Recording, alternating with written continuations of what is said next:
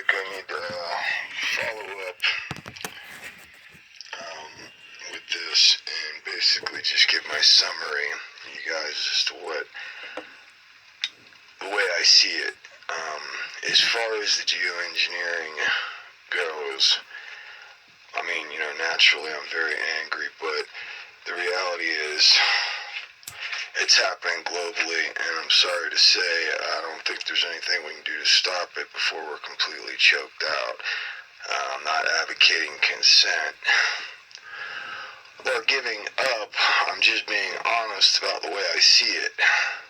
We're bathing in a cloud of whatever they've sprayed on us for the last 2 years. They're spraying more. And Mr. Trump, from what I hear, has just opened the floodgates for even more. So, that's that, the way I see it. As I gaze out my window and I see the valley below me completely covered in a fog and in a haze, and planes continually flying over, spraying, I sincerely, from what I've been witnessing, was sure I'd be dead already. Nevertheless, what I've seen with my eyes and recorded, it's very obvious to me. It's just a matter of time, and knowing that it's not only happening here, it's happening globally. I mean, man is blotting out the effing sun, you guys, globally, okay? No sun equals no crops,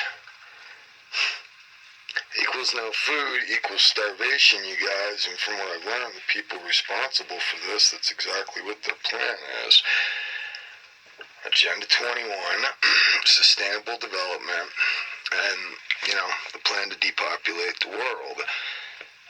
All you got to do is listen to what Henry Kissinger, Bill Gates, all the inner circle elites are saying. It's how it's remained in the realm of conspiracy. I find absolutely interesting when these people themselves talk like this.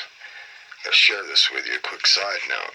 There's this one, Bill Gates is giving a presentation before a pretty large audience, and he's going over the problems with the world and global warming and stuff as he sees it in his mind. And he's going over some solutions, and only a few people in the audience understood what he was saying and busted out in laughter as he suggested that one of these problems has to go, and one of the 3 or 4 pictures was a picture of people, okay? And only a few people in the audience got it and busted out in laughter. Very creepy, It was obvious to me, but I mean, I don't want to believe any of this stuff, but when they start flying over your head, spraying you with stuff that you didn't consent to, you know what I mean? You're forced to face this reality when you wake up day after day after day, and you see this happening, and you hear these very people, when you do the research, telling you this is what they're doing, So, having said that, and let me point this out too. This is one thing I have to say and point out. The truth is there may be a lot more going on than we're aware of. It may be more than, they might be trying to block out the sun because there's a planet in our galaxy, okay? And the poles are shifting, and they're making a last-ditch effort attempt to try to do something. I'm just saying, we don't know, this is all stuff I've heard, and it looks pretty obvious to me, but I'm just aware that I could be wrong, or could be something more to it. So, nevertheless, having said that, I've been very angry and upset, and I have to put this to bed and accept the reality for what it is, rather than denying or ignoring it. And I've come to this conclusion real quick. This is a global project, and the things that are going on right now in this time we're living in are unprecedented and overwhelming, and they're happening on many, many different fronts. Most people are oblivious. I'm not one of them as to what time it is. And I'm going to tell you what time it is. The peace train's sounding, people. I only see one source of light or hope I've ever seen in this world. This is a dark realm, and it's getting darker by the minute. Okay? Trust is what it comes down to. I've trusted Jesus Christ. When I look at him, I see God in the flesh. His nature, his kindness, his love, the things he taught, you know. To me, I can clearly see that's God. And I've heard a lot of information, especially over the last several years. I'm a deep thinker, I'm very open and think. And I've heard a lot of questions surrounding this person, whether he existed or not, this, that, and the other. I'm just going to cut through it all right now and tell you guys I've explored all of that. I had questions myself.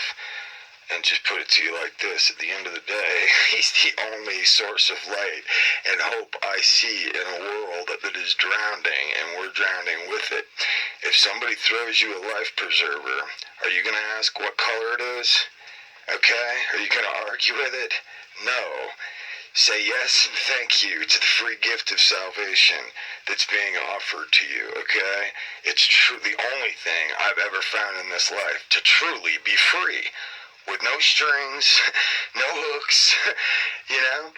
The only thing that I'm certain of that is free. I believe he is faithful and true, people.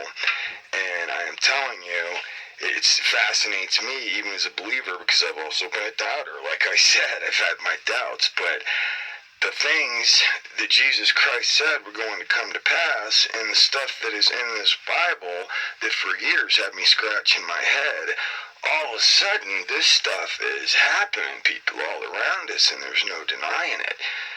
No denying it, what time it is, okay?